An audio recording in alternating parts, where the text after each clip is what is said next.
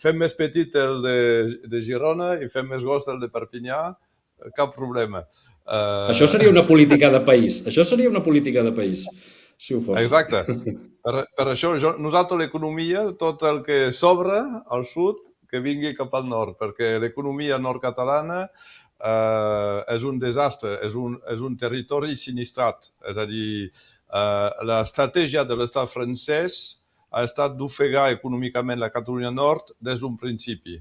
Des del Tractat dels Pirineus, que van haver els Angelers de la Terra que es van aixecar en contra de l'annexió francesa, hi va haver una repressió molt dura, militar. Després de la repressió militar va passar a la repressió econòmica. Ens van posar una frontera al nord, una frontera al sud, per ofegar econòmicament aquest territori que ha esdevingut dependent dels subsidis de l'estat francès. Doncs nosaltres, estratègia de desenvolupament econòmic a la Catalunya Nord, no n'hi ha. No n'hi ha, no existeix. L'aeroport està a punt de tancar, la universitat està a punt de tancar, els trens es passen al davant de París a Barcelona, però no es paren a Perpinyà, els de l'alta velocitat. És una catàstrofe. Doncs, quan escolto que al sud voleu reduir els aeroports, és el contrari que volem nosaltres, volem ampliar els aeroports. Ara, una altra cosa és la construcció d'habitatge per jubilats francesos que no poden ja comprar cases cap a Marsella, tota la zona de la Costa d'Azur, perquè costa massa, i que estan construint a la Catalunya Nord, quan a la Catalunya Nord hi ha una sequera que és encara més forta que a la resta dels països catalans. Doncs construir habitatge quan no hi ha aigua, construir un golf a prop de Perpinyà per a aquesta gent, els jubilats que venen de França endins, quan no hi ha aigua, això és un altre problema, és una manera de pensar que no entenc, evidentment.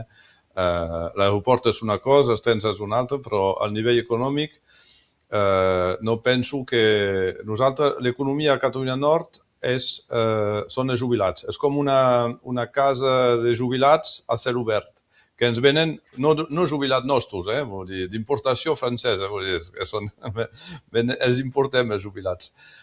No tinc res en contra, però no hi ha res, no hi ha una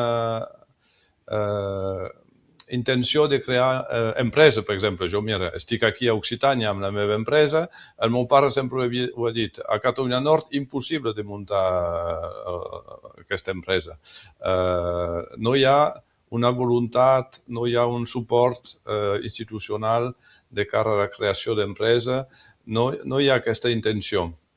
I per això, justament, els Angelers de la Terra, el 26 i 27 de juny, organitzem a Perpinyà una trobada sense frontera de municipis, que això ja és la setena que fem, i aquesta vegada és també d'empreses, per intentar desenvolupar l'economia nord-catalana fent lligams amb el sud, que de moment no existeix. I te diria alguna cosa, això és la millor manera de trencar la frontera imposada, i perquè l'economia és essencial. És a dir, fem cultura, fem sardana, fem castells, fem música. Nosaltres, Angelers, fa 20 anys que ho fem, això.